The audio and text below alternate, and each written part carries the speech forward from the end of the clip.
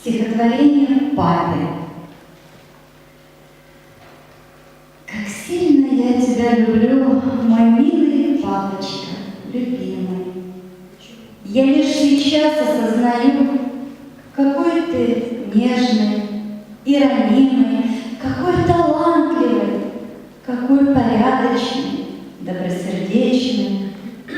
Люблю тебя я всей душой, люблю отныне и навечно.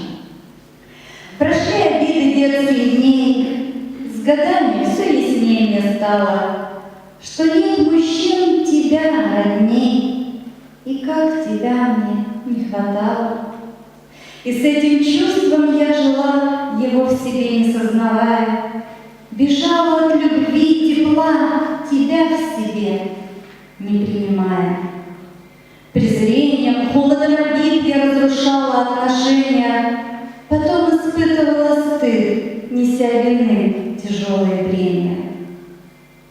Так было больно мне идти, одной, наказанной судьбою, и мира не было внутри, он весь наполнился тоскою.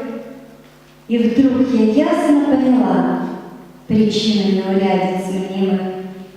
Тебя всем сердцем приняла.